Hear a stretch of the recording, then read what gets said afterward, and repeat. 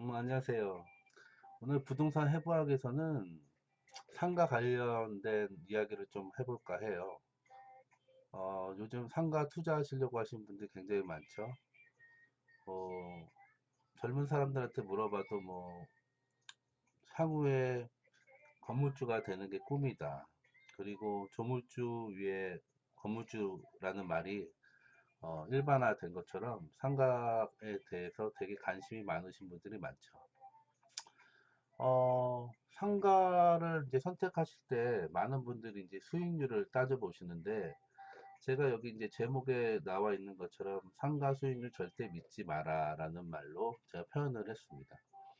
그래서 이 상가 수익률이 얼마나, 그것만 보고 투자하기에는 굉장히 위험하다는 거를 말씀을 드리려고 해요. 한 예로, 어, 이런 경우가 있을 수 있겠죠. 예를 들어 가지고 한 50억짜리 그 상가 건물이 이제 급하게 급매로 나온 거예요. 수익률은 한 8% 정도 되고, 너무 수익률이 좋은 거죠. 그래서, 이게 급하고 급매니까 이렇게 이걸 꼭 잡아야겠다고 해서 한 자본금 한 10억 정도 있으셨던 분이 자기 자본금 10억에다가 한 대출 한 40억 정도 이렇게 땡기셔가지고 급하게 하셔가지고 받으셔가지고 이제 그거를 덜컹 사셨어요. 수익률만 보고.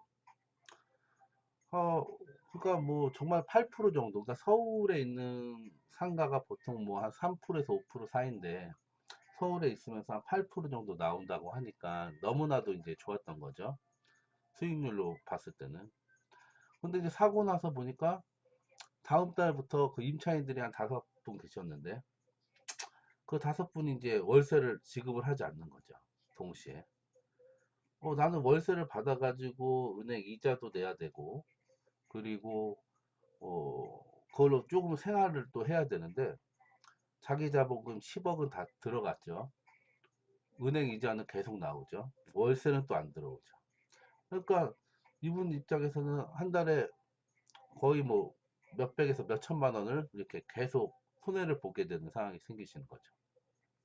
결국은 이제 은행에서는 한 3개월 정도 이자를 안 내면 이제 경매 처리를 하게 되는데, 그 이제 경매가 진행이 됐고, 그 세입자들이 월세를 안 내니까 장사는 계속 하죠. 예. 장사는 계속 하는데 월세를 안 내니까 이분은 이제 자기 자본도 없고 하니까 경매를 당할 수밖에 없었던 거죠.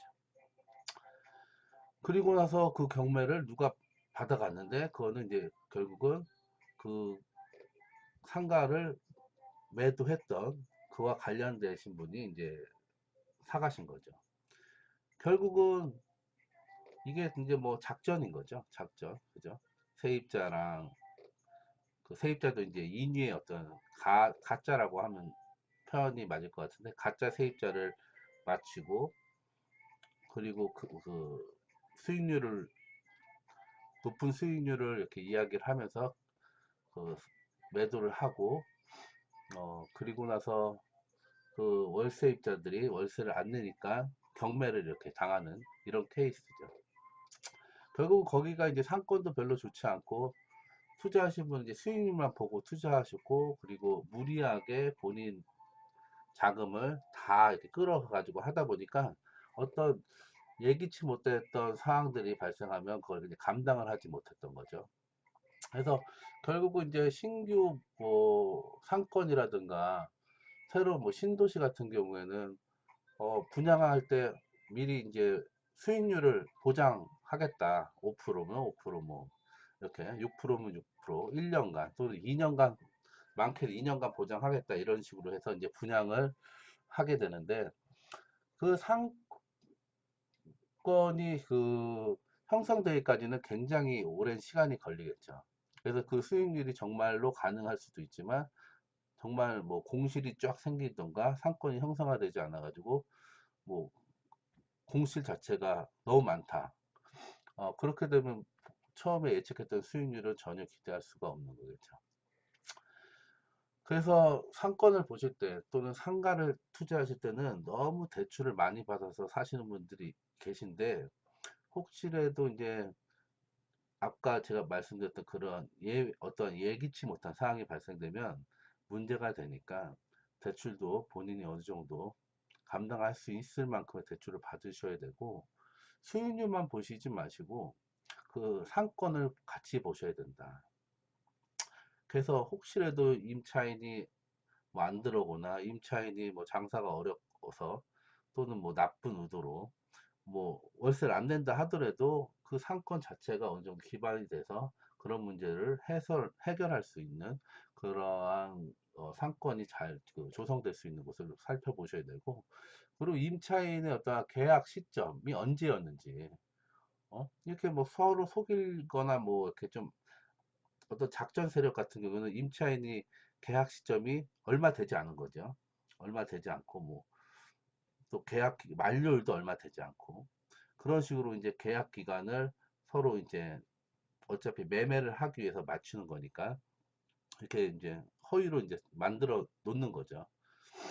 그래서 이제 상가를 사시는 분들은 임차인이 언제부터 여기서 장사를 했고, 그리고 언제까지 장사를 할 것인지에 대해서 아주 꼼꼼히 살펴보시고, 보증금이 얼마나 되는지. 수익률이 결국은 이제 높으면 보증금은 적고 월세는 높을 수가 있다는 거죠. 그러니까 보증금도 최소한 얼마 정도는 임차인이 있는지 이런 것들을 살펴보셔서 상가 계약을 좀 하셔야 될 것 같습니다.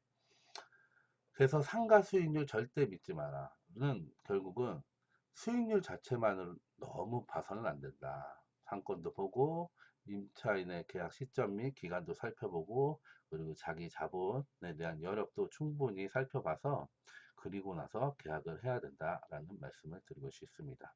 오늘은 여기까지 하겠습니다. 감사합니다.